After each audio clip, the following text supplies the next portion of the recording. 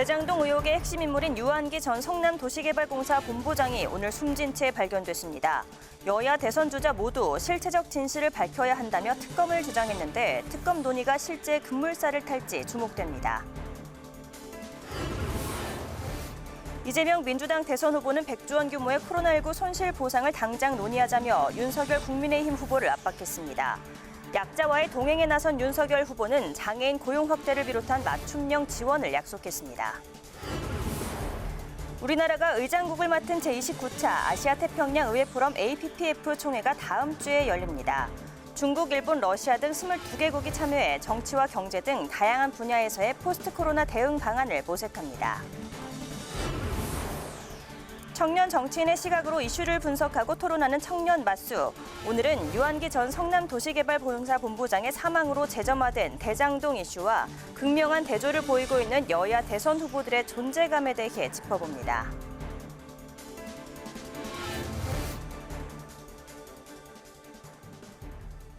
여러분 안녕하십니까? 12월 10일 의정종합뉴스 뉴스엔 시작하겠습니다. 대장동 개발 사업과 관련해 뒷돈을 챙긴 혐의로 구속영장이 청구된 유한기 전 성남도시개발공사 본부장이 오늘 새벽 극단적인 선택으로 사망했습니다. 민주당과 이재명 후보 측은 파장의 촉각을 곤두세우며 조속한 특검을 촉구했는데요. 국민의힘은 꼬리 자르기 수사가 낳은 참극이라고 비판하며 이 후보를 정조준했습니다. 역시 특검만이 답이라고 강조했는데 정의당과 국민의당은 대장동의 고발 사주 의혹까지 함께 쌍특검하자고 제안했습니다.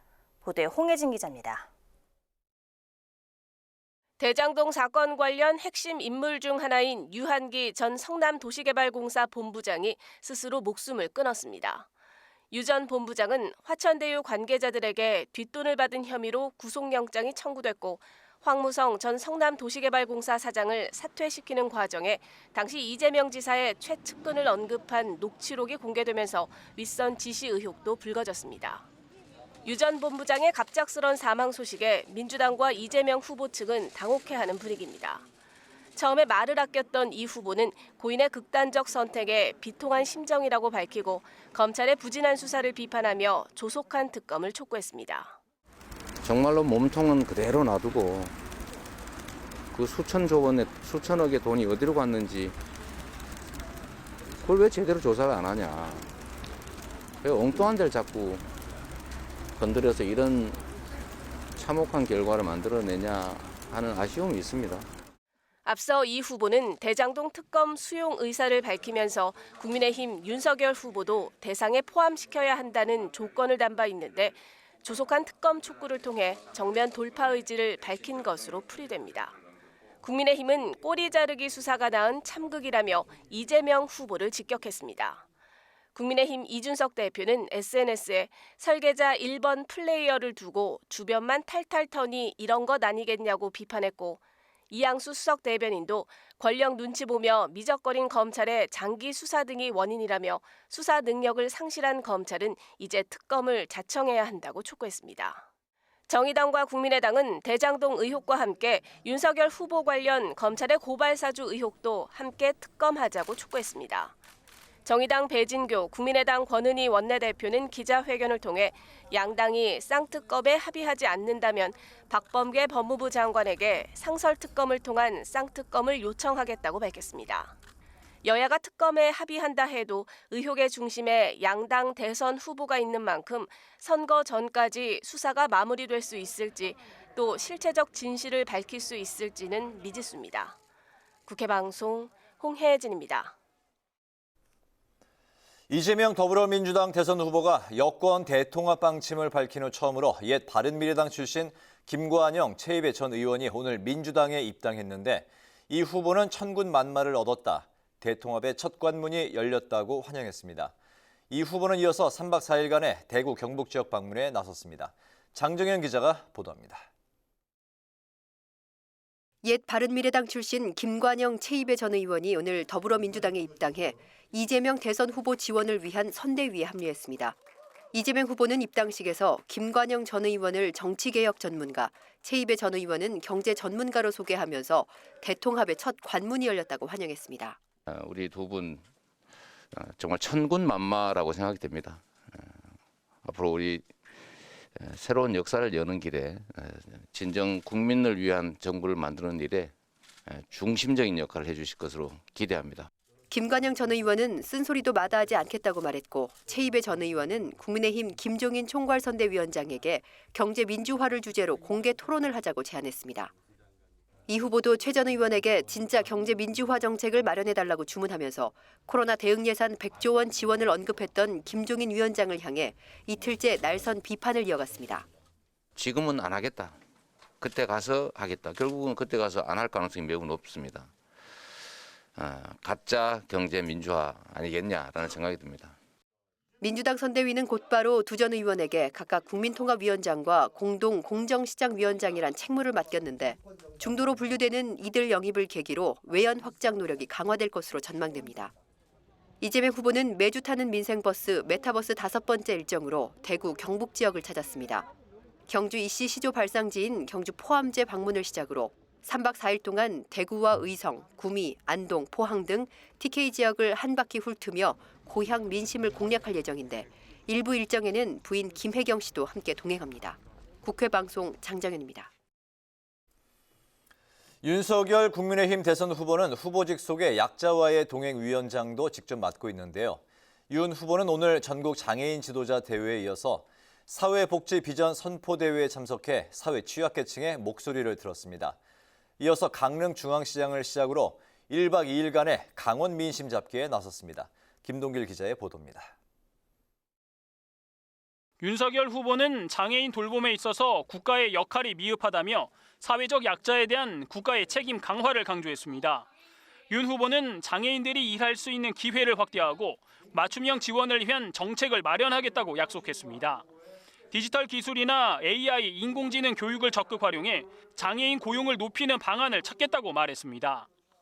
저는 263만 장애인 여러분께 충분한 기회를 제공하고 개별 지원에 따른 선택권 강화로 보다 평등하고 행복한 삶을 추구할 수 있는 그런 나라를 만들겠습니다.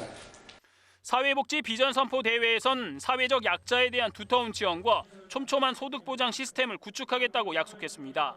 이를 위한 방안으로 성장과 복지의 선순환을 제시했습니다. 성장을 통해 일자리를 창출하고 복지의 재원을 확충하겠습니다. 저소득층을 두툼하게 보호하고 서민 중산층을 각종 사회적 위험으로부터 보호하여 안전하고 지속 가능한 사회를 만들겠습니다. 이후 윤 후보는 강원도 민심 잡기에 나섰습니다. 강릉 중앙시장을 찾아 민생을 살핀 데 이어 저녁에는 청년 소상공인들을 만나 지원 방안을 논의할 계획입니다. 또 이준석 대표와 함께 강릉 카페 거리를 걸으면서 시민들과 직접 소통에 나설 예정입니다. 이런 가운데 부친의 부동산 관련 불법 의혹으로 의원직을 사퇴한 윤희숙 전 의원이 선대위에 합류했습니다. 윤 전 의원은 후보직 속 기구인 내일이 기대되는 대한민국위원회를 통해 미래 세대의 시각에서 시대가 요구하는 변화가 무엇인지 공감대를 뽑아내겠다며 의지를 밝혔습니다. 심상정 정의당 대선 후보는 의료 전문가들과 간담회를 갖고 코로나 극복 대책을 논의했고 안철수 국민의당 대선 후보는 기자회견을 열어 코로나19 방역 실패에 대한 문재인 대통령의 사과와 함께 가능한 의료 자원을 총동원할 것을 촉구했습니다. 국회 방송 김동길입니다. 아시아태평양 의회 포럼 APPF 제29차 총회가 오는 13일부터 15일까지 우리 국회 주최로 열립니다. 포스트 코로나 시대 보건력 강화를 위한 의회의 역할을 주제로 담론의 장이 펼쳐질 예정인데요. 다만 코로나19의 새로운 변종인 오미크론 여파로 전면 화상회의로 개최됩니다. 김세정 기자가 취재했습니다. 제29차 아시아태평양 의회 포럼 총회 개막이 다음 주로 다가왔습니다. 오는 14일 서울 콜레도 호텔에서 개회식을 시작으로 정치안보, 경제무역, 아태지역 협력 등을 주제로 본격적인 공식 일정에 들어갑니다.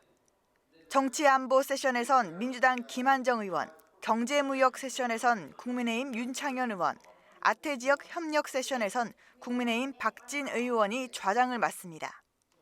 이에 앞서 13일에는 양성평등 실현 등을 주제로 12개국이 참여하는 여성의원 회의가 열리는데 민주당 남인순 의원이 좌장을 맡습니다. APPF는 정부 주도의 아시아 태평양 경제협력체 APEC에 상응하는 아태 지역 의회 포럼으로 1993년 출범 이래 매년 개최되고 있습니다. 아시아 태평양 지역 27개 회원국의 협력을 굳건히 하는 의회 협의체이며 우리 국회는 23년 만에 의장국을 맡아 이번 총회를 주최합니다. 총회는 당초 대면 회의와 화상 회의가 병행되는 하이브리드 방식으로 진행될 예정이었지만 최근 오미크론 변이 여파로 전면 화상 회의로 전환됐습니다. 이번 제29차 APEC 총회에서 다시 만나 코로나19로 초래된 경제사회 위기의 극복 방안을 공유하십시다.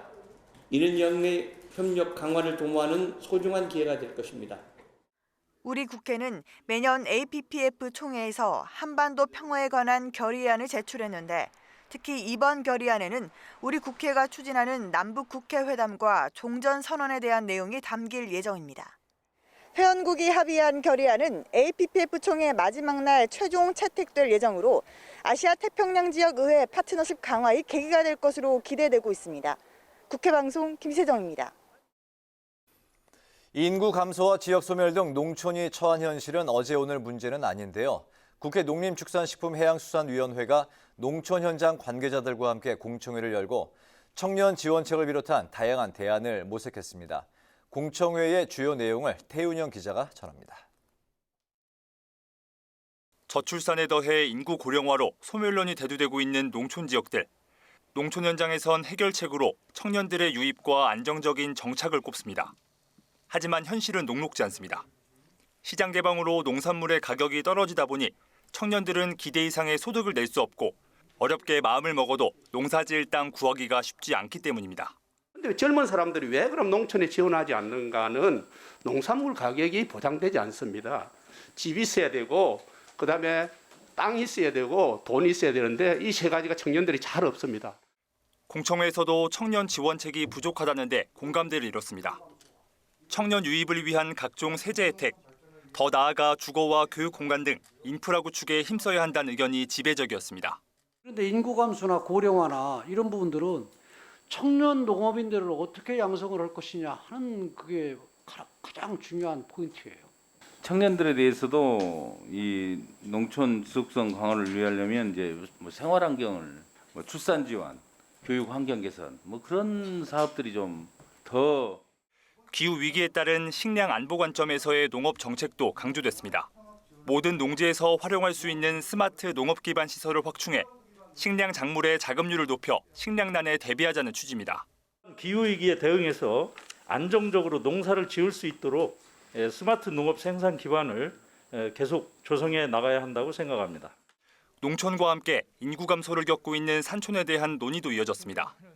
박현 산림과학 원장은 숲을 쉼터뿐만 아니라 청년이 살 수 있는 삼터로 이끄는 정책이 필요하다며 지역 기반 비즈니스 체계를 구축해 새로운 일자리 생태계를 만들어야 한다고 강조했습니다. 이번 공청회를 통해 확인된 농림 분야 발전 과제는 정부 정책에 반영하기 위해 대선 후보 측에 전달됩니다. 국회방송 태윤영입니다. 더불어민주당과 정부가 서민 실수요자들이 대출 중단에 따른 피해를 입지 않도록 가계부채 총량을 관리해 나갈 것이라고 밝혔습니다. 박완주 민주당 정책위 의장은 오늘 가계부채 당정협의 이후 기자들과 만나 내년 가계대출 총량을 올해 대비 4에서 5%대로 관리해 실수요자 대출을 최대한 끊기지 않도록 하겠다고 밝혔습니다. 실수요자 총부채 원리금 상환 비율 DSR의 규제 적용에 대해선 예외 조항을 둘 수 있다고 말하면서도 유예하거나 없던 일로 하지는 않을 것이라고 말했습니다. 국민의힘이 오미크론 변이로 인한 코로나19 확산세에 대응하기 위해 코로나 위기 대응위원회를 가동했습니다. 첫 회의를 주재한 김종인 총괄선대위원장은 코로나 사태가 대선 자체를 삼켜버릴 상황이 올지 모른다며 선거 자체에 상당한 차질을 빚을 수 있다는 걸 인식해야 한다고 지적했습니다. 김 위원장은 이어 정부가 조기에 종식될 거라는 인식을 갖고 안이하게 대응해 체계적인 대책이 아무것도 이루어지지 않았고 재난지원금도 찔끔찔끔 지급하는 형태로 돼왔다고 비판했습니다. 박병석 국회의장이 신희영 대한적십자 회장에게 2022년도 적십자 특별회비를 전달했습니다. 박 의장은 오늘 오전 전달식에서 나눔은 겨울철 난로와 같다며 지금같이 어려운 상황일수록 연대와 협력이 절실하다고 강조했습니다. 박 의장은 앞서 지난해 12월에도 적십자 회비를 전달한 바 있으며 전달된 회비는 제2재민 구호와 저소득층 활동 지원 등에 사용될 예정입니다. 국회의원 연구단체인 동물국제국회포럼이 2021 동물복지대상 시상식을 개최하고 동물권 향상에 기여한 개인과 단체 총 10곳의 상을 수여했습니다. 대상엔 2022년부터 고양시 유기동물 쉼터를 운영하고 유기동물 입양 캠페인 등 시민운동을 전개해온 한병진 수의사가 선정됐습니다. 동물복지국회포럼 공동대표인 더불어민주당 박홍근 의원은 동물권 향상을 위한 활동 등을 알리는 것이 중요하다며 30년 만에 개정되는 동물보호법 개정안도 임시국회 내 처리되도록 하겠다고 밝혔습니다.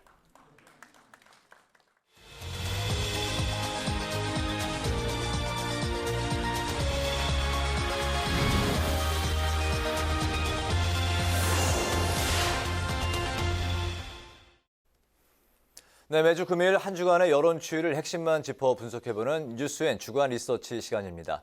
민심을 풀어주실 배종찬 인사이트K 연구소장 자리였습니다. 소장님 안녕하십니까? 안녕하십니까? 네, 한 주 동안 잘 지내셨습니까? 네. 네, 오늘도 그 방식이 다른 두 가지 여론조사 기관의 결과를 중심으로 이제 여론을 살펴볼 텐데요.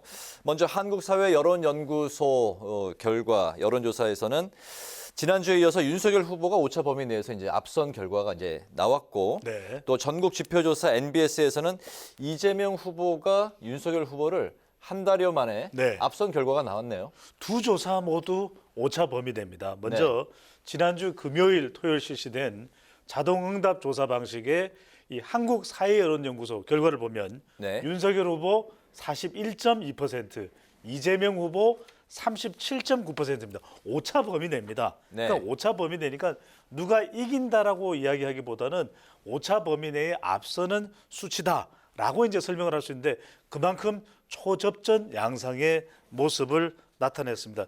추이를 보는 것이 중요합니다. 여론조사는 무엇보다도 한 달여 정도의 추세가 어떻게 되는지 중요한데 11월 8일 날 발표될 때 결과를 보면 43%의 윤석열 후보 지지율, 이재명 후보가 31.2%, 10%포인트 이상 차이가 났죠.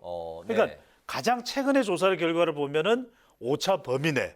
그만큼 지금 전반적인 추세를 보더라도 한 달여 전에는 벌어졌던 두 후보의 지지율이 12월 초 이제 한 대선까지 90일도 안 남았어요. 90일도 안 남았습니다. 접전 더 좁혀지는 오차 범위 내에 두 후보 간의 공방 결과로 나타나고 있습니다. 이재명 후보의 약진이 아주 두드러졌던 최근 이제 한 달인데 그렇다면 이제 다른 여론조사 방식, NBS 방식도 한번 살펴보겠습니다.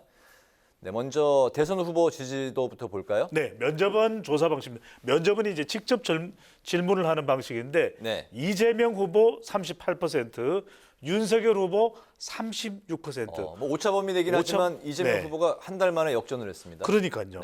이 결과도 보면은 오차 범위 내지만 월요일, 화요일, 수요일 날 그러니까 접전이 되고 있는 추세에서 이재명 후보가 오차 범위 내에서 앞서는 결과 그만큼 이번 선거는 두 후보 간의 치열한 접전이 전개되면서 또 변동성이 크다는 말씀을 드렸잖아요. 그렇죠. MZ세대 2030 특히 30대 그리고 중도층에서 후보의 지지율이 어떻게 나오느냐에 따라서 오차 범위 내에서 어떤 후보라도 앞설 수 있는 결과가 나올 수 있다는 것인데 MBS 여론조사도 추세를 한번 보시면 좋을 것 같습니다. MBS 여론조사는 추세입니다. 추세를 쭉 살펴보면 한 달여 전이죠. 11월 11일만 하더라도 7%포인트 차로 앞서가던 윤석열 후보예요. 그러니까 후보가 되고 난 직후에 윤석열 컨벤션 효과, 윤벤션 효과, 정권 교체 여론에 올라탔었는데 쭉쭉쭉 좁아지고 있습니다. 이번 조사에서는 이재명 후보가 윤석열 후보를 오차 범위 내지만 앞서는 결과. 그러니까 벌어졌던 추세가 좁아지면서 이재명 후보가 앞서거니 윤석열 후보가 앞서거니 뒤서거니 하는 결과가 나오고 있는 것이죠. 근데 추세가 한 달 동안의 그 추세를 보니까 그 두 여론조사 방식이 다른 두 기관의 결과는 비슷하게 나왔네요. 윤석열 후보는 한 달 전보다 그렇죠. 조금 이제 하향, 네. 조금 이제 꺾였고 이재명 후보가 한 달 전보다 많이 그 상승세인 그런 상황은 결과가 똑같이 나왔네요. 그렇죠. 크게 이제 달랐던 지난 한 달여간의 판세가 뭐냐면 네. 윤석열 후보는 사람 관계에 타격을 받은 거죠. 김종인 위원장, 이준석 당대표. 그러니까 중도층과 2030 지지층의 타격을 받으면서 네. 지지율이 주저앉는 내려오는 하락하는 결과로 나타난 것이고 이재명 후보는 뭐 큰 폭의 상승은 아닙니다. 네. 큰 폭의 상승은 아니지만 야금야금 조금씩 정권 교체 여론을 개인의 또 후보 국면으로 전환하면서 후보 대 후보 국면으로 전환하면서 이재명 후보의 경쟁력, 특히 호남도 유세를 하지 않았습니까? 네. 그다음에 청년 정책도 많이 발표를 했거든요. 네. 아직까지 전반적으로 조사 결과를 보면은 뭐 이재명 후보가 골든 크로스를 했다는 하나의 조사만 가지고 그렇게 이야기하기는 어려울 것 같아요. 그렇죠. 대체적으로 오차 범위 내 안팎의 수준에서 윤석열 후보가 대체로 앞서는 조사 결과들이 또 더 많이 평균적으로 발표가 됐는데 그럼에도 불구하고 두 후보의 지지율 격차는 오차 범위 정도다. 네. 아주 접전을 벌이고 있다. 팽팽하다라고 네. 보면 되겠습니다. 네, 한 달 동안에 이재명 후보가 이제 약진 상승세였다 정도로 하고 이제 그 다음 질문, 그 다음 조사 그 결과를 또 살펴보겠습니다. 이번에 연령별, 세대별 지지하는 후보가 어떻게 다른지 살펴볼 텐데 이제 한번 자세히 한번 확대해서 네. 볼까요? 네. 이번 대선은 연령별로 보는 것이 매우 중요합니다. 먼저 네. 이재명 후보는 두 조사 모두 40대에서 강세죠. 네. 자, 자동응답조사 한국사회여론연구소에서는 57%, 그리고 MBS 면접원 조사에서는 54%. 60대와 70대 이상은 윤석열 후보가 더 강한 조사 결과로 경쟁력이 있는 결과로 나타났는데 자, 눈여겨봐야 될 부분은 20대입니다. 네. 20대가 팽팽해요. 네, 그러네요. 두 조사 모두 네. 팽팽한데 부동층이 상당히 많은 거죠. 부동층. 네. 누구라고 응답하지 않은 부동층이 많다는 것은 그만큼 20대는 변동성이 크다는 겁니다. 같은 MZ세대로 묶이더라도 30대의 경우에는 이재명 후보가 41.2%, 네. 또 45%로 윤석열 후보보다 높게 나타났어요.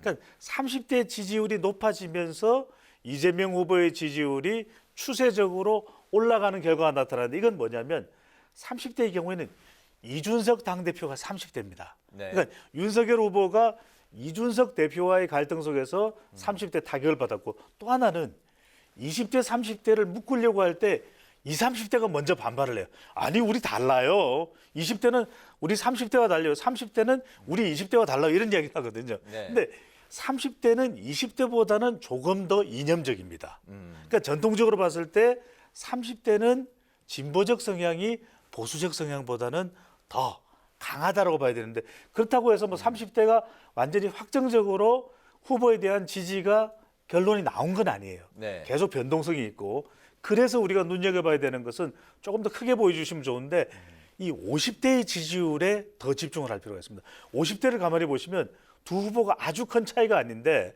자 이재명 후보, 윤석열 후보 파란색, 빨간색 50대 큰 차이가 아닌데 50대가 왜 중요하냐면 50대는 아주 뚜렷하게 어느 후보를 지지하는지 응답을 하고 있죠. 네. 그러니까 50대는 10살 단위로 구분을 했을 때 가장 많은 유권자가 50대입니다. 네. 신동진 앵커 50대죠. 그렇습니다. 네. 근데 그러니까 50대는 전통적으로 이게 보수층을 지지하는 연령대잖아요.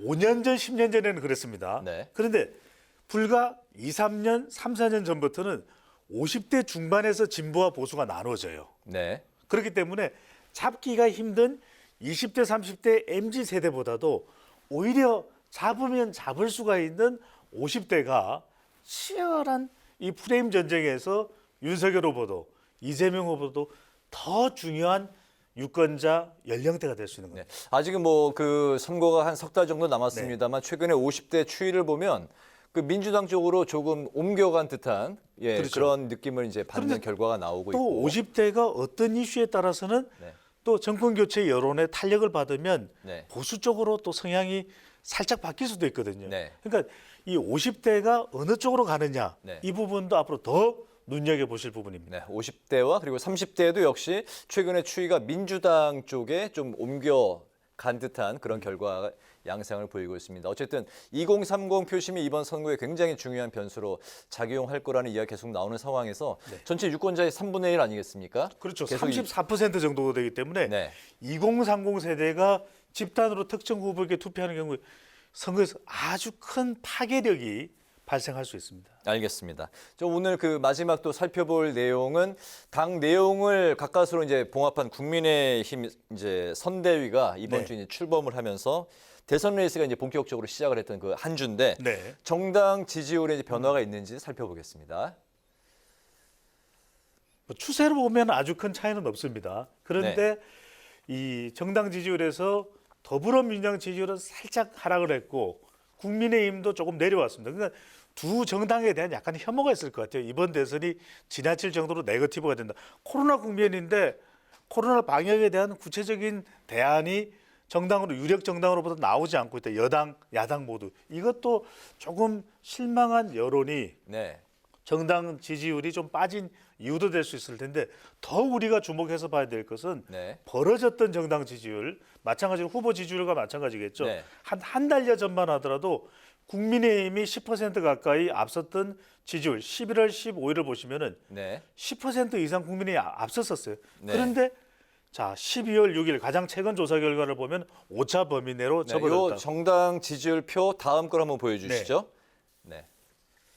다음 거를 보면 이 표를 지금 말씀하신 거죠? 그렇죠. 이 결과를 보면 1%포인트밖에 차이가 안 나요. 아주 초박빙으로 초박빙입니다. 지금, 앞서 우리가 봤던 조사와는 이제 다른 조사의 정당 지지율인데 두 조사 모두 초접전 박빙이 됐다는 건 이른바 후보의 지지율하고 비슷하게 정당 지지율도 흘러가고 있다. 그러네요. 그만큼 이게 운동의 현상. 이번 대선은요. 자칫 우리 시청자분들이 보실 때는 아니 이거 뭐 조사를 한 거야 안 한 거야 왜 이렇게 지지율이 팽팽하게 비슷하게 공방을 벌이면서 쭉 이어지고 있는 거 그것이 이번 대선의 특징입니다. 이 팽팽한 접전 양상 속의 대선이지만 우리가 MZ세대, 여성, 중도층, 또 50대, 서울까지 봐야 될 것이 많기 때문에 매번 어떤 조사를 콕콕 집어서 봐야 될지 또 우리 시간을 통해서 더 상세하게 분석해 드리겠습니다. 알겠습니다. 현재 이 표를 보면은 그 대선 후보의 지지율과 정당 지지율이 궤를 같이 움직이고 있다는 것 알겠습니다. 오늘 그 뉴스엔 주간 리서치 배종찬 인사이트 K 연구소장과 함께했습니다. 오늘 말씀 잘 들었습니다. 고맙습니다. 감사합니다.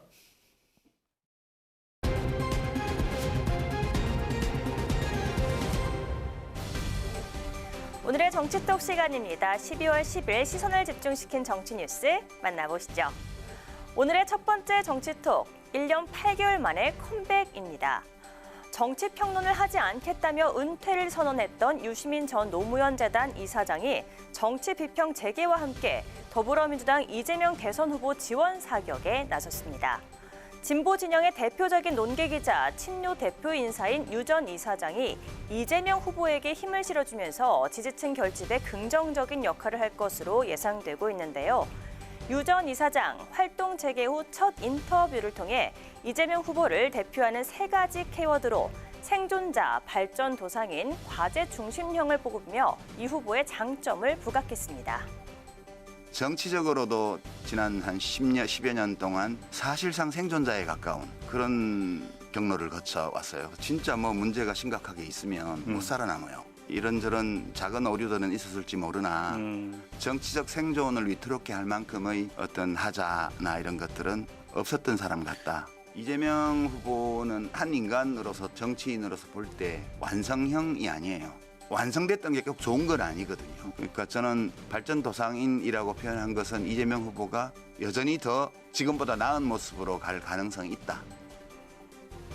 대선 경선 이후 원팀 다지기에 고민이 많았던 이재명 후보. 유 전 이사장의 지원 사격에 천군만마를 얻은 기분이라며 반겼는데요.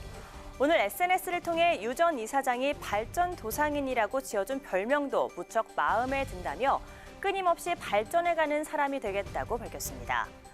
대중적 인지도가 높은 유 전 이사장의 등판을 놓고 민주당 내에선 다양한 반응이 나오고 있습니다. 지지층 결집에 도움이 될 것이라는 기대와 함께 이번 대선에 캐스팅 보트를 쥔 중도 표심 확장엔 걸림돌이 될 수 있다는 우려가 동시에 나오고 있는 것인데요. 1년 8개월 만에 컴백한 여권의 대표적인 빅마우스 유 전 이사장. 그의 등판은 과연 민주당의 대선에 득이 될까요? 실이 될까요? 이어서 두 번째 정치톡. 뜻밖의 브로맨스입니다. 국민의힘 윤석열 대선 후보와 이준석 대표가 최근 현장 동행 일정을 늘리고 있습니다. 선대위 인선을 놓고 극한 대립을 벌였던 두 사람, 울산 담판을 통해 전격 화해한 이후 끈끈한 브로맨스를 보여주고 있는데요. 60대 대선 후보와 30대 당 대표의 새로운 케미가 대선 승리에 도움이 될 것이라는 평이 대체적입니다. 윤 후보는 지난 닷새 동안 10번의 공개 일정 중에서 6번을 이 대표와 함께 했는데요. 지난 4일 부산 번화가인 서면에서 빨간색 후드티를 커플티로 맞춰 입고 거리 유세를 펼친 것을 시작으로 7일에는 서울 마포구 합정동에서 형광조끼와 형광봉을 들고 골목 일대를 순찰했고요. 어제는 서울 대학로 한 공연장을 찾아 청년 문화예술인과 간담회를 갖기도 했습니다. 윤 후보, 이 대표와의 밀착 행보에 어느새 적응이 될 것인가요? 청년 문화예술인들의 고충을 듣는 간담회에선 자신을 향한 질문에 답변을 이 대표에게 넘기는 모습이 포착되기도 했습니다. 시사도 있어야 되고 교양도 있어야 되고 뭐 다양한 프로그램도 있어야 되는데 네, 그래서 마이크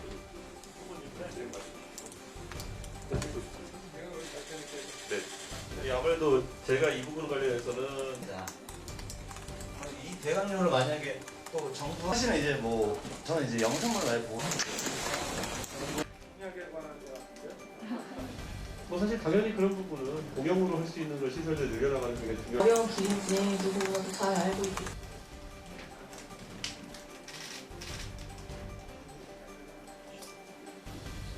사람이 하고 싶은 일을 하지 못했을 때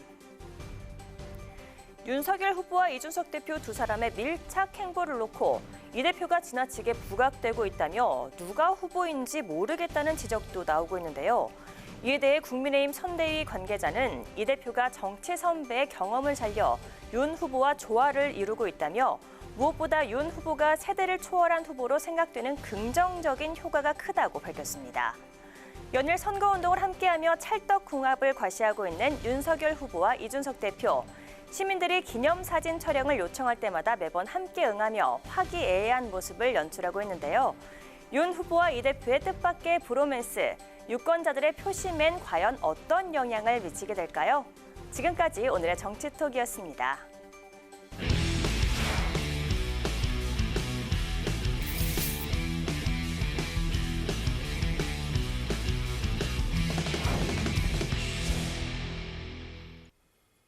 네, 이번 순서는 청년 정치인의 시각으로 정치권 이슈를 분석하고 토론해보는 뉴스엔 청년 맞습니다.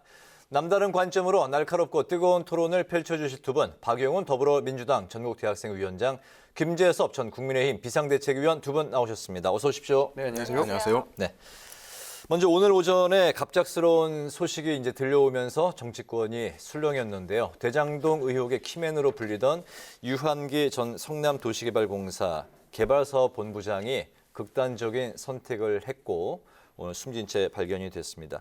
유서를 이제 남긴 것으로 전해지고 있는데 이번 소식 관련해서 두 분의 입장 먼저 짧게 들어보겠습니다. 박용훈 위원장님부터.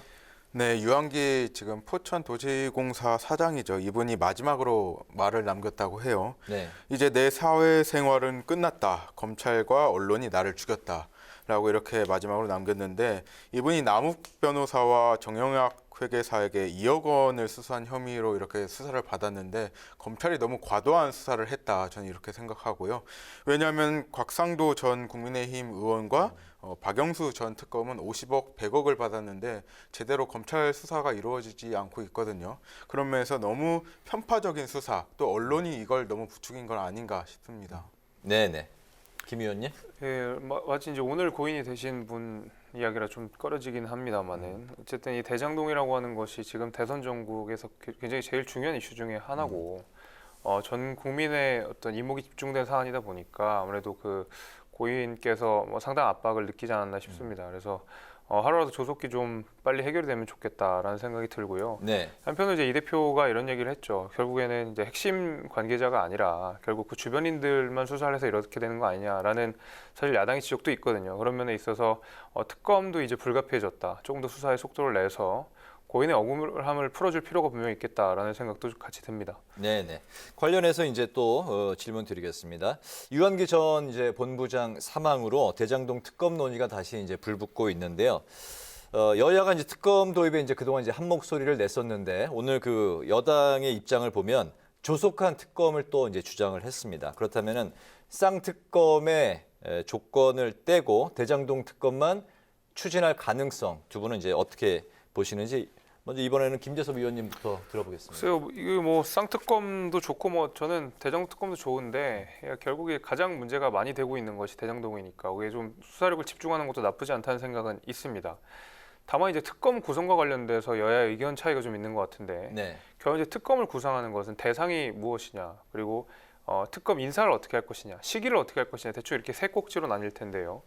시기에 대한 것은 사실 여야가 일치할 것으로 보입니다. 하루라도 빨리 수사를 해야 된다는 필요성은 둘 다 가지고 있기 때문에 다만 이제 대상 어떻게 대상을 어디까지 포괄할 것이냐라는 문제에 대해서는 사실 여당이 주장하고 있는 것은 부산은행 저축 사건과 관련돼서 윤석열 후보도 의혹이 있으니 이 부분도 포함시키자라는 의견이거든요. 거기서 이제 윤석열 후보가 같이 하자라는 로 맞대응을 했습니다. 그래서 대상과 관련돼서는 사실 여당이 요구하는 바대로 수용을 하되 우리가 박근혜 특검 때 사실 당시 야당이었던 민주당에게 모든 인사권을 넘기고 결국 박근혜 대통령이 그에 사인을 했던 뭐 그런 모습들이 있었거든요. 네. 마찬가지로 인사권에 관련돼서는 야당한테 인사추천권들을 양보를 하게 되면 대상은 여당에서 정하고 어떤 인사권은 야당에서 정하면 약간의 정책 합의를 통해서 최대한 빠르게 특검을 할 수 있다고 생각을 합니다. 그런 면에서 특검을 하루라도 조속히 빨리 여야 간의 합의를 통해서 발족시켜야 된다라고 생각하고 있습니다. 네네. 특검이 조속히 빨리 이루어질 수 있을까요? 어떻게 보세요? 특검이 조속히 이루어지기는 사실 어렵다고 보고요. 저는 먼저 김재섭 위원께서 말씀하신 박근혜 시절의 특검 임명 관련해서는 민주당이 추천한 게 아니고 당시 국민의당에 박지원 대표 있을 때 그쪽에서 추천했던 분이 박영수 특검이잖아요. 그렇기 때문에 민주당이 특검을 추천하지 않았다라고 말씀드리고 싶고 저희는 입장은 이거예요. 특검이 선거에 개입할 수 있는 여지는 남겨주면 안 된다. 이게 특검의 기간이 길어질수록 특검이 주도하는 선거가 될 수밖에 없거든요. 검찰에서 수사하는 도중에 이렇게 정보를 세고 이렇게 흘러나온 정보를 통해서 언론이 받아쓰고 그로 인해서 전국의 혼란스러운 상황 막아야 된다라는 저희 생각이고요. 네. 저는 개인적으로 쌍특검이든 대장동 특검이든 한정되는 것은 상관없다고 봐요. 다만 부산저축은행의 부실저축에 대해서 수사가 미진했다라는 의혹이 또 있는 만큼 이것까지 포함해서 윤석열 후보에 대한 의혹도 같이 털자라는 게 저희 당 입장인 것 같고요. 특검의 기간은 최대한 줄여야 됩니다. 왜냐하면 3월 9일 이전에 특검 결과가 나와야지 그 투표하는 도중까지 특검이 진행된다면은 이건 100% 특검이 정치에 개입한 그 결과가 돼버리죠. 네, 어쨌든 윤석열 후보에 대한 그 사건도 같이 특검에 포함을 시켜야 된다는 입장입니다. 네, 알겠습니다. 네. 오늘 이렇게 오전에 갑작스러운 소식이 전해지면서 대장동 이슈에 대해서 살펴봤는데요. 다음 주제로 넘어가 보도록 하겠습니다. 과거 발언들로 파장을 일으킨 노재승 국민의힘 공동선대위원장이 결국 스스로 물러났습니다. 임명 나흘 만인데요.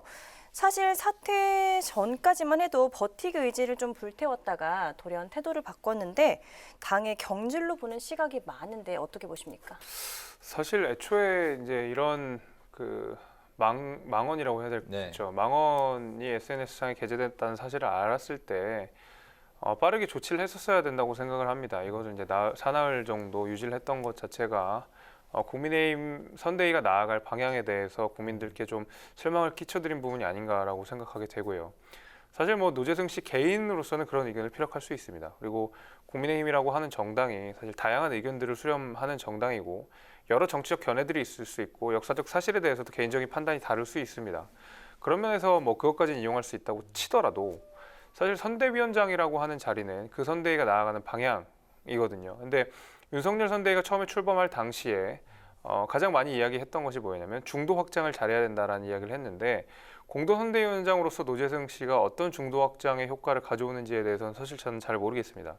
그런 면에 있어서 뭐 개인의 견해를 그렇다고 치더라도 그가 이제 공동 선대위원장으로서 자리를 맡은 것에 대해서는 대단히 부적절했다라고 저는 생각하고 있습니다. 네. 네. 이번 사태를 조금 끌면서 국민의힘이 내상을 입은 게 사실인데요. 노 씨 거취를 두고 이렇게 갈팡질팡하고 또 청년이라며 감싸기도 한 당 지도부가 상처를 키웠다는 지적이 나오고도 있습니다. 박 위원장님은 이 부분 어떻게 보시고 계십니까? 저는 국민의힘이 좀 급했다고 봐요.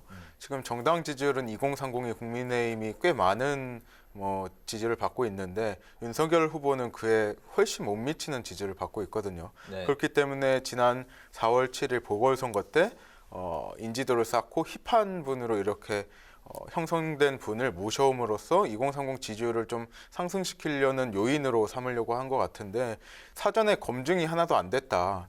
이분이 굉장히 SNS상에서 막말을 많이 했는데 반일은 정신병이라든지 국민들을 향해서 우매한 국민들이라든지 이런 발언들이 수십 개가 있었거든요. 네. 검증 과정이 없었던 게 아닌가라는 생각이 들고 국민의힘이 너무 급한 마음에 영입 인사를 모셨다라는 생각입니다. 네. 김 의원님 말씀 들어볼까요? 사실 뭐 같은 문제의식이 있습니다. 그러니까 이 인사검증이라고 하는 것이 선거 때마다 급하게 인재를 영입하다 보면 항상 이제 이런 문제들이 발생하는 것 같아요. 사실 이제 당내에서 육성된 정치인들, 그다음에 어느 정도 훈련된 메시지를 낼 수 있는 사람들이 어떤 공동 선대위원장이라든지 하든 그 직책들로 가는 것이 사실 저는 바람직하다고 보거든요. 근데 선거에 맞춰서 급하게 어떤 땜빵식으로 인재 영입을 하다 보면은 이런 사건 사고들이 있다고 생각을 합니다. 사실 이건 여야를 막론하고 다 마찬가지죠. 얼마 전에 이제 문제가 됐던 김윤희 씨도 그렇고 조동현 씨도 그렇고 저희 당의 함익병이나 그다음에 뭐 노재승 씨 같은 경우가 사실 다 그런 경우 아니겠습니까? 그래서 이건 뭐 여야를 막론하고 이번 대선을 기점으로 좀 이런 무리한 인재 영입을 하는 시도들은 최대한 이제 없어져야 된다. 저는 그렇게 보고 있습니다. 그렇다면은 이번에 뭐 여야 할 것 없이 이제 인재 영입에 다 실패를 했는데 더 이상 이제 그런 그 인재 영입으로 인한 실패 뭐 이런 게 이제 뭐 이 선에서 좀 끊어낼 수 있는 더 이상 실패가 나오지 않게 할 수 있는 뭐 그런 뭐 방안 같은 게 있을까요? 사실 방안이라고 하면 이제 굉장히 좀 장기적인 방안이 있을 수 있습니다. 이제 그것이 뭐냐면, 그러니까 아까 말씀드렸듯이 이제 당내에서 육성되는 정치인들에게 기회가 주어지는 그리고 그것이 이제 선순환이 이루어지는 이런 방식으로 가면 저는 좋겠다고 생각을 합니다. 그러니까 해외 사례 같은 경우에는 이제 인돌스먼트라고 해가지고 사실 그 약간 지지를 하는 게 있죠. 그러니까 유명인들이나 그 내지는 뭐 이렇게 기업인들이 어떤 정당을 지지한다는 표방을 하고 있지만 이렇게 급하게 인재 영입이 되는 경우는 잘 없거든요. 이제 그런 면에서 사실 이제 당내에서 육성된 청년들이 기회를 갖고 또 다른 청년들이 또 당에 들어오고 이것이 선순환이 이루어지는 그런 구조가 되면 좋겠다 그렇게 생각하고 있습니다. 네, 어떻게 뭐 끊어낼 수 있을까요? 네, 뭐 끊어내는 건 당연히 끊어내야 된다고 생각하고요. 근데 국민의힘의 인사 영입의 이런 참패와 우리와의 좀 다르다고 보는데요. 국민의힘 같은 경우에는 과거에 막말을 했던 분들 그것을 알면서도 영입을 했어요. 황희병 씨는 뭐 여성은 4분의 3만 권리를 줘야 된다 이런 말을 했잖아요. 이게 굉장히 당심과 민심이 괴리가 있다. 별 문제 안 될 것 같으니까 영입을 한 거거든요. 그 결과 이런 참상이 일어났다고 보고 저는 이런 문제를 이제 끊으려면은 당에서 육성한 인재들, 당원들을 좀 기용하는 것에 적극적으로 동의를 하고 있습니다. 네네. 알겠습니다. 네. 자, 이제 뭐 어쨌든 인재 영입에 실패하는 이런 케이스 검증 시스템이 이제 부재했다는 게 가장 큰 이유가 될 텐데 더 이상 이제 이런 그 실패가 되풀이지 않게 뭐 여야 할 것 없이 어떤 그 방안을 강구해야 되지 않을까 그런 생각이 들었습니다.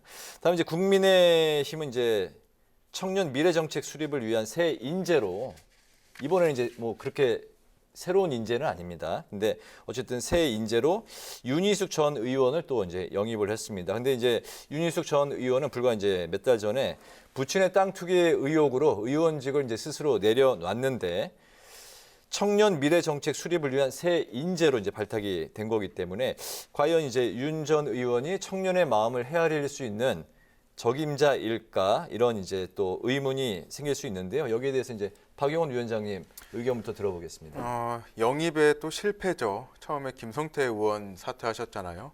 달에 인사청탁 문제로 사퇴하셨고 그 다음에 뭐 이렇게 노재승까지 이어졌는데 물론 정당이라는 곳은 국가기관이 아니기 때문에 검증에는 한계가 있어요. 또 인사를 영입한 사람이 본인의 영입한 사람을 검증하는 것도 쉽지 않고 또 영입한 그분의 신뢰도 때문에 또 영입 인사에 대한 검증이 이루어지지 않는 경우가 많거든요. 하지만 윤희숙 의원 같은 경우에는 부친 80세 되는 부친이 농사를 짓겠다는 명분으로 3,000평이잖아요. 3,000평이라는 그 부지에 처음에 25만 원 정도에 샀다고 해요. 근데 지금은 4년 정도 지났는데 2배 이상, 이런 2배 이상 올라서 투기 의혹이 있는 분인데 과연 청년들에게 소구력이 있을까 하는 의심이 들고요. 청년들이 가장 중요하게 생각하는 것은 부동산 문제잖아요. 그런 면에서 투기를 했던 사람, 그런 투기를 했다는 의혹을 받는 사람이 청년들의 목소리를 대변한다? 저는 이게 또 다른 인사 실패라고 생각합니다. 네네, 인사 실패라고 저는 좀 생각하십니다. 납득하기 좀 어려운 것이 좀 별개로 보았으면 좋겠습니다. 물론 뭐 국민들 보시기에 국민들 눈높이에 적절하지 않을 수 있겠지만은, 그러니까 나이 든 부모의 일이고 미처 그것이 윤희숙 의원이 알지 못하는 사이에 벌어졌다는 것 때문에 사실 어떻게 보면 연좌제를 쓰고 본인이 후보직 사퇴까지 하는 그런 초강수를 두었던 것이거든요. 어쨌든 한 점의 의혹이라도 있다 그러면 자기가 국회의원직을 수행하는 것이 옳지 않다라는 생각에 사실 솔선수범을 한 것이고, 그에 반해서 민주당 같은 경우에는 여러 가지 의혹들이 있음에도 불구하고 사실 이렇다 할 조치가 없었기 때문에 그런 면에 있어서 사실 윤희숙 의원의 어떤 그 거취는 정치권 전체에 죽비를 올렸다고 생각합니다. 이제 그런 면에 있어서 그 윤희숙 전 의원의 아버지의 일은 차치하고라도 일단은 윤희숙 의원 자체가 정책 전문가로서 그리고 어떤 이 경제 전문가로서 분명히 우리 이번 대선 국면에서 아주 좋은 메시지를 낼 수 있을 거라고 생각을 합니다. 이제 그런 면에 있어서 저는 사실 윤희숙 의원이 지금 우리 국민의힘이 조금 더 불투명한 이런 경제 정책들을 훨씬 더 선명하게 이야기해 줄 수 있고, 특히 이제 문재인 정부에서 굉장히 많이 실패했던 것들, 일자리 정책이라든지 뭐 노동시간, 뭐 최저임금 여러 가지가 있을 수 있죠. 또한 이제 부동산 문제, 이런 것과 관련된 제대로 된 진단과 제대로 된 처방을 할 수 있기 때문에 국민의힘 입장에서는 결국 이 모든 정책들이 청년들에게도 혜택이 간다는 생각이 있는 것 같습니다. 네. 그래서 저는 그 우리 박 위원장님 말씀하신 내용이 동의하기는 어렵고요. 그렇게 윤희숙 의원이 또 그 이상의 일을 해낼 것이라고 저는 그렇게 보고 있습니다. 알겠습니다. 네, 이렇게 인재 영입에 어려움을 겪고 있는 모습인데요. 국민의힘 윤석열 대선 후보와 김종인 총괄선대위원장 그리고 이준석 대표 세 사람이 의기투합한 가운데 더불어민주당이 이재명 대 윤석열 정면 대결 구도를 이끌어내기 위해 고군분투하는 모습입니다. 아이러니하게도 그들이 받드는 윤석열 후보는 꼭꼭 숨어서 국민과 민생은 살리고 있지 못하고 있습니다. 청년과의 소통은 이준석 대표의 빨간 후드티 뒤에 숨었고, 국민과의 대화와 토론은 윤석열 후보를 빼다박는 딥페이크에 숨고, 정책은 하루하루 말 바꾸는 상황 김종인 위원장 뒤에 숨었습니다. 국격을 높여야 하는 후보 배우자는 국민의힘 선대위 내에서 금기어입니다. 배우자의 불법 비리 혐의는 사생활로 이수정 위원장이 뒤로 숨겨주고 있습니다. 부끄럽지 않습니다. 네, 이렇게 여당은 윤 후보와 그의 아내 김건희 씨를 링 위로 끌어올리기 위해 국민의힘을 연일 자극하는 모습인데요. 여기 어떤 배경이 숨어 있고 또 이에 반응하지 않는 국민의힘은 어떻게 해석할 수 있을지 한번 의견을 내보실까요? 그래서 이제 지지율이 떨어지는 측에서 원래 항상 도발을 합니다. 그래서 뭐 이번 선거에 뭐 국한된 내용은 아니었고요. 계속 이제 그런 일들이 있었고, 비단 지금 민주당에서뿐만이 아니라 지난 우리 두세 달 전부터 국민의힘 내에서도 경선이 있지 않았습니까? 경선에서도 꾸준하게 지적된 문제였습니다. 그래서 윤석열 후보에게 왜 이렇게 토론을 안 하냐라는 지적들도 많이 했지만 결국 굉장히 많은 토론을 통해서 윤석열 후보의 지지율이 견고하다는 사실을 우리가 확인을 했고, 여러 가지 교차 검증을 통해서도 어쨌든 윤석열 후보가 그 검증을 통과했다는 게 이제 전 국민이 다 아는 사실들이고, 특히 이런 얘기도 많았습니다. 윤석열 후보 토론에 자신이 없어서 토론에 응하지 않는 것 같다. 특히 그래서 토론 한두 번이면 무너뜨릴 수 있다. 이렇게 호언장담하는 후보들도 있었거든요. 그렇지만 결국 수많은 토론을 통해서 결국 윤석열 후보가 넘어지지 않았거든요. 오히려 더 견고한 지지율을 갖췄고 본인의 팬덤을 분명히 갖췄기 때문에 사실 민주당의 지금 이런 말하자면 도발은 지지율이 떨어지는 쪽에서 항상 이제 나오는 것이고, 거기에 이제 대수롭지 않게 생각하고 있습니다. 네. 도발이다 이렇게 말씀을 하셨는데 어떻게 보고 계십니까? 저는 이렇게 생각해요. 윤석열 후보가 말을 하면 말 실수가 너무 많이 나오니까 저는 최대한 일정을 빼고 있다고 생각하거든요. 당장 지난주 일요일만 해도 이재명 후보는 7개, 8개 일정을 소화하는 반면 윤석열 후보는 일정 없음이라고 나왔단 말이에요. 최대한 국민들과의 접촉면을 넓혀야 되는데 그러지 않은 측면은 의도적이다라고 생각을 하고 물론 김종인 위원장을 영입했죠. 총괄선대본부장을 영입했는데 김종인 대표가 와도 이거는 해결하지 못할 거라고 봐요. 왜냐하면 김종인 위원장이 윤석열 후보의 입을 막을 수는 없는 노릇이기 때문에 앞으로 이 문제는 계속될 거라고 보고 얼마 전에 간담회가 있었잖아요. 청년 문화예술인 간담회였는데 네. 거기서도 이준석 대표에게 계속 마이크를 넘겨주는 모습을 보면서 이분이 정말 본인의 생각이 있는지, 본인의 철학이 있는지, 본인의 정책이 있는지 많은 국민들분들께서 의심을 하고 있고 저는 차라리 이럴 거면은 AI 윤석열이라고 만들었잖아요. 이거를 대신 내보내는 게 더 소구력이 있을 거다 이렇게 이야기하고 싶습니다. 네, 관련해서 두 분 더 하실 말씀이 있으면 30초씩만 드리고 없으면 여기서 마무리를 하도록 하겠습니다. 네, 도발의 일환이라고 생각하고요. 사실 말실수로 따지면 최근에 이제 이재명 후보의 말실수가 더 많은 것 같습니다. 그래서 일단 급한 마음은 알고 있겠지만은 이제 이재명 후보 같은 경우에는 말실수도 많았고 거기다 이제 정책을 철회하는 등 사실 되게 오락가락하는 모습도 많이 보여줬거든요. 그래서 결국에 토론회는 이루어집니다. 네. 국민들이 알 권리가 있기 때문에 토론회도 다 이루어지고 정책이라든지 후보 역량을 검증할 시간은 얼마든지 있기 때문에 그 부분은 조금 기다리시면서 차근차근 보셔도 늦지 않다 이렇게 생각합니다. 선관위 주관과 방송사 주관하는 토론이 6번 이상 이제 주어지게 되는데 추가로 요구하고 있는 거죠, 지금 이재명 후보는. 그렇죠. 네, 윤석열 후보는 지금 정권 심판만 이야기하고 있거든요. 정책을 바꾸거나 철회하는 것보다 공약을 바꾸거나 철회하는 것보다 더 심각한 것은 본인의 생각이 없는 게 더 심각하다고 생각해요.